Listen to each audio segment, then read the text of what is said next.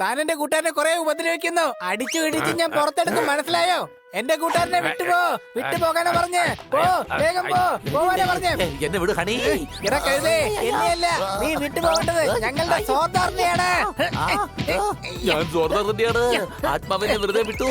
എന്റെ അതെങ്ങനെ ഞാൻ വിശ്വസിക്കും? ആത്മാവ് പുറത്തു പോകുന്നത് ഞാൻ കണ്ടില്ലല്ലോ. ഇല്ലല്ല, ഒരിക്കലുമില്ല. എടാ, ആത്മാവൊന്നും ഉണ്ടായിരുന്നില്ല. ഞാൻ വെറുതെ നാടകം കളിച്ചതാണ്. എന്റെ കൂട്ടുകാരെ, ഈ അടുത്തായിട്ട് നിങ്ങളെ എന്നെ ഒഴിവാക്കും പോലെ എനിക്ക് തോന്നിയിരുന്നു.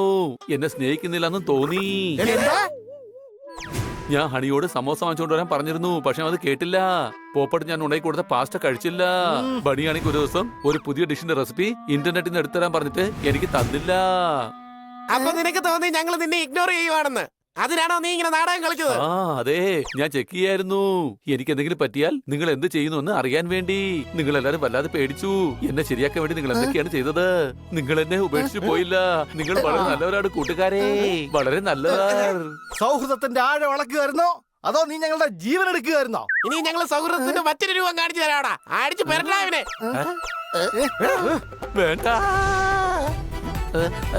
എന്നാ പിന്നെ തല്ലിക്കോ. പക്ഷെ നിങ്ങൾ നല്ലവരാണെന്ന് മാത്രമേ എന്റെ നാക്കിൽ നിന്ന് വരികയുള്ളൂ.